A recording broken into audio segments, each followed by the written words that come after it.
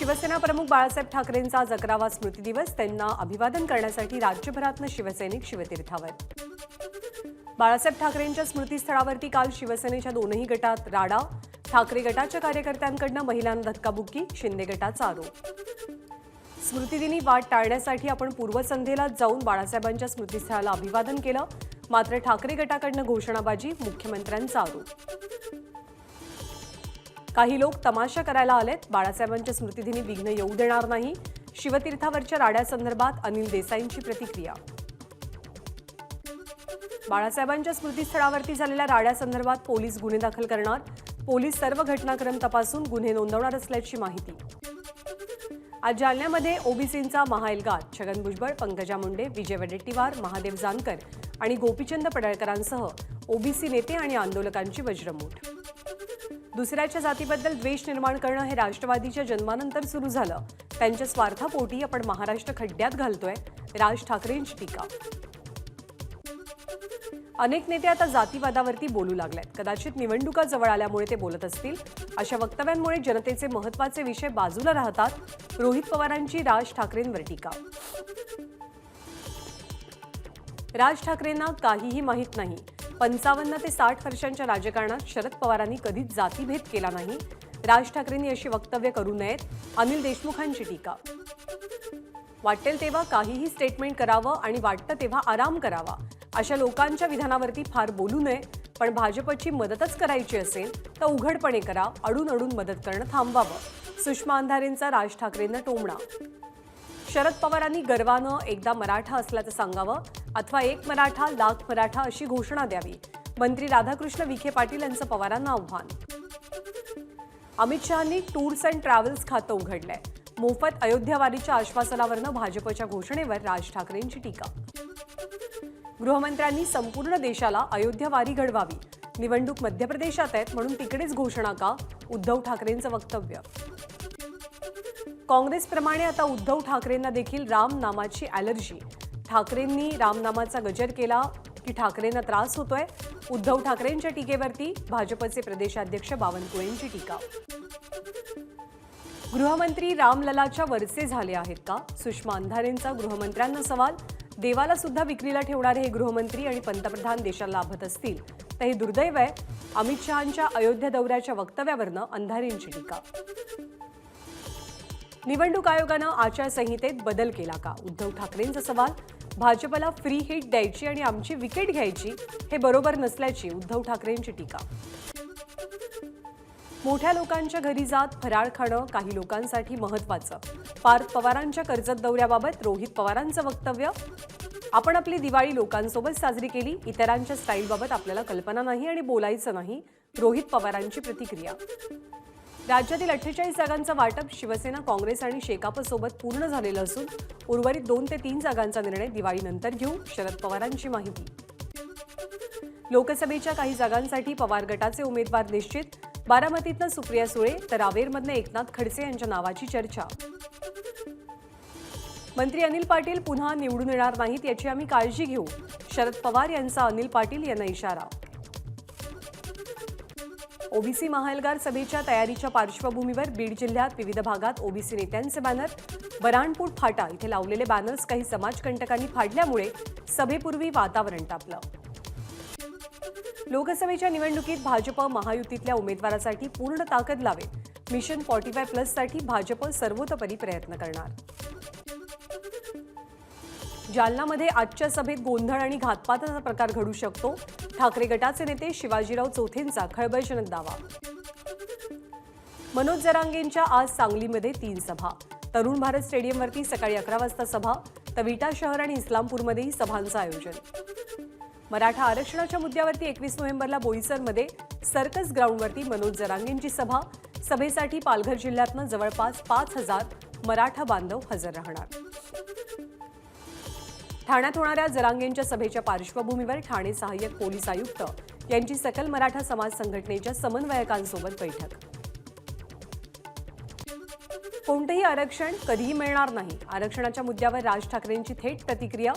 जरांगेंच्या पाठीमागून कोणीतरी बोलतंय का हे शोधावं लागेल. राज ठाकरेंचं वक्तव्य. आंदोलनामागे कोण आहे हे राज ठाकरेंनी शोधून काढावं. कारण आपल्या पाठीमागे केवळ मराठा समाज आहे, मराठा मुलांचं कल्याण व्हायला लागलं की अशी वक्तव्य होत असतात, जरांगेंचं राज ठाकरेंना उत्तर. मराठा समाजाला आरक्षण देण्याची सरकारला सुबुद्धी द्यावी असं साकडं घातल्याचं मनोज जरांगेंचं जेजुरीमध्ये वक्तव्य. मराठ्यांना सरसकट कुणबी प्रमाणपत्र मिळेल, सरकारनं 24 डिसेंबरपर्यंत आरक्षण दिलं नाही तर समाजाला विचारून आपण निर्णय घेऊ, जरांगेंचा इशारा. भाजपा प्रदेशाध्यक्ष चंद्रशेखर बावनकुळेंनी घेतली पंकजा मुंडे आणि प्रीतम मुंडेंची भेट. विविध विषयांवरती चर्चा झाल्याची माहिती. छगन भुजबळांना पाडायची भाषा कराल तर 160 मराठा आमदार पाडू, ओबीसी नेते प्रकाश शेंडगेंचा मराठा समाजाच्या नेत्यांना इशारा. संजय राऊतांचे आक्षेपार्ह बॅनर्स लावल्याप्रकरणी ठाकरे गट आक्रमक, 2 दिवसात गुन्हा दाखल करावा अन्यथा मुलुंड पोलीस स्थानकावरती मोर्चा काढू, ठाकरे गटाचे आमदार रमेश कोरगावकर आणि आमदार सुनील राऊतांचा इशारा.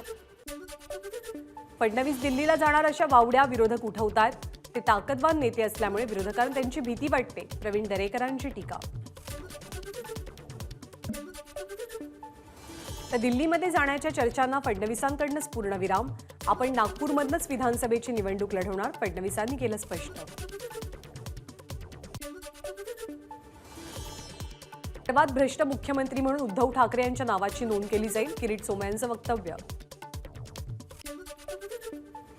रेणुका सूतगिरणी कर्ज फसवणूक प्रकरणी ठाकरे गटाचे उपनेते अद्वै हिरे यांना 21 तारखेपर्यंत पोलीस कोठडी. अद्वै हिरे प्रकरणी बोलणार नाही, देश नियम आणि कायद्यानुसार चालतो, अद्वै हिरे प्रकरणात आपला संबंध नाही, दादा भुसेंची प्रतिक्रिया. आपल्यावर केलेल्या आरोपांसंदर्भात राऊतांविरोधात अब्रू नुकसानीचा दावा दाखल करणार, दादा भुसेंची माहिती. कुठल्याही चौकशीला सामोरं जाण्यास तयार असल्याचंही वक्तव्य.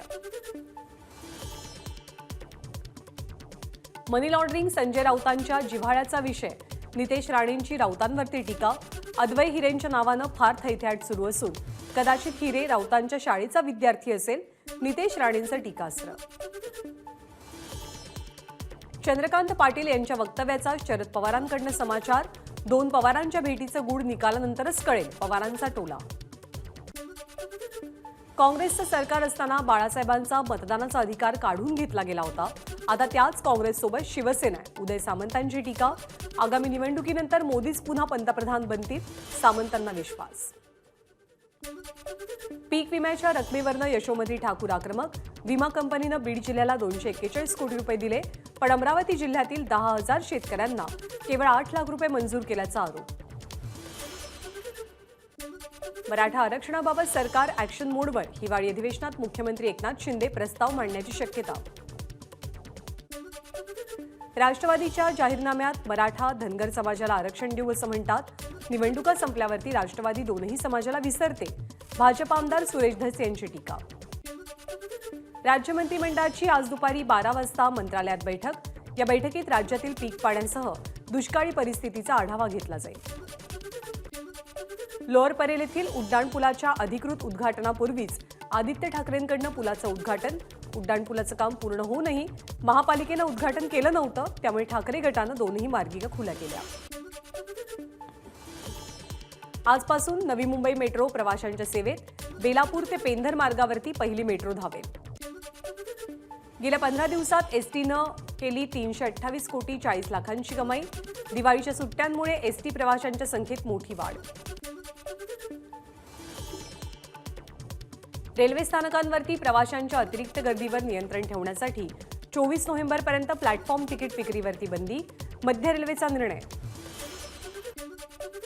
सरकारी कर्मचाऱ्यांसाठी खुशखबर, पुढच्या वर्षी शनिवार आणि रविवारला जोडून एकूण 9 सुट्ट्या, राज्य शासनानं 2024 मधल्या सार्वजनिक सुट्ट्यांची यादी जाहीर केली. कोल्हापूरमध्ये ऊसाच्या दराबाबत तोडगा काढण्यासाठी आयोजित बैठकीत गोंधळ, गेल्या वर्षीच्या 400 रुपयांसाठी कमिटी स्थापन करण्याचा निर्णय राजू शेट्टींना अमान्य. राज्यात आणि देशात कायदा नसताना स्वाभिमानी आंदोलन करतंय, हसन मुश्रीफांची प्रतिक्रिया. गेल्या हंगामातील दर देता येतील की नाही यासंदर्भात कमिटी स्थापन झालेली असून 21 नोव्हेंबरला निर्णय येईल, त्यानंतर कर्जपुरवठा केला जाईल, मुश्रीफांची माहिती. कोल्हापुरात ऊस दराबाबत तोडगा काढण्यासाठी बोलावलेल्या बैठकीत गोंधळ, स्वाभिमानी शेतकरी संघटनेचे नेते बैठकीतनं बाहेर, ठरवून चर्चा होत असल्याचा स्वाभिमानीचा आरोप. अहमदनगर जिल्ह्यामध्ये दुष्काळी परिस्थिती असल्यानं जायकवाडीला पाणी सोडलं जाऊ नये, सर्वपक्षीय नेत्यांची मागणी. पालकमंत्री विखे पाटलांच्या अध्यक्षतेखाली आयोजित बैठकीत ठराव मंजूर. बुलढाण्यामधल्या खामगाव कृषी उत्पन्न बाजार समिती सोयाबीनला उच्चांकी दर, सोयाबीनचे भाव 6,000वर. समाधानकारक भाव नसल्यानं जळगावमध्ये कापूस विक्री बंद, कापसाअभावी 100 पेक्षा अधिक कारखान्यांना टाळं. 2 दिवसात शेतकऱ्यांना ट्रान्सफॉर्मर द्या, अन्यथा शिवसेना स्टाईलनं आंदोलन करू, भावना गवळींचा महावितरणला इशारा. जात वैधता प्रमाणपत्र मिळत नसलेल्या 60,000 कर्मचारी आणि अधिकाऱ्यांबाबत उपमुख्यमंत्र्यांच्या आश्वासनानंतर जी.आर. परंतु सरकारी विभाग जी.आर. मान्य करायला तयार नसल्याचा कर्मचाऱ्यांचा आरोप. जायकवाडी धरणामध्ये पाणी सोडण्याच्या मागणीसाठी परभणीत सत्याग्रह आंदोलन, आंदोलनात सर्वपक्षीय नेत्यांचा सहभाग.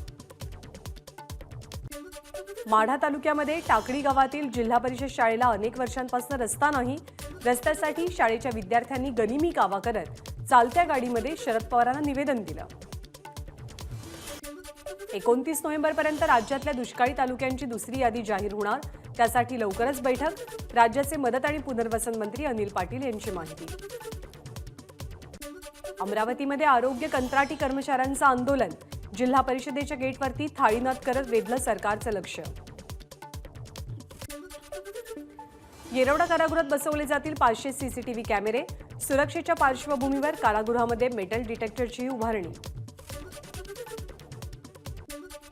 छत्रपती संभाजीनगर शहर पोलिसांकडून वाळूज भागात मॉकड्रिल, मात्र मॉकड्रिलमुळे नागरिकांमध्ये संभ्रम.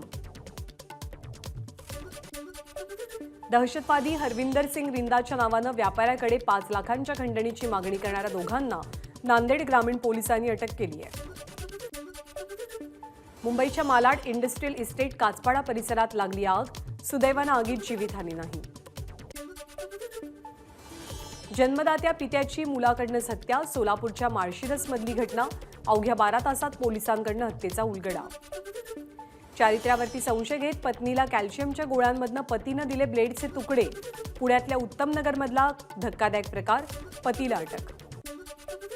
नागपूरच्या रामटेक तुमसर राष्ट्रीय महामार्गावरती ट्रकची दुचाकीला धडक, अपघातात दुचाकीवरच्या दोघांचा मृत्यू. एबीपी माझा, उघडा डोळे बघा नीट.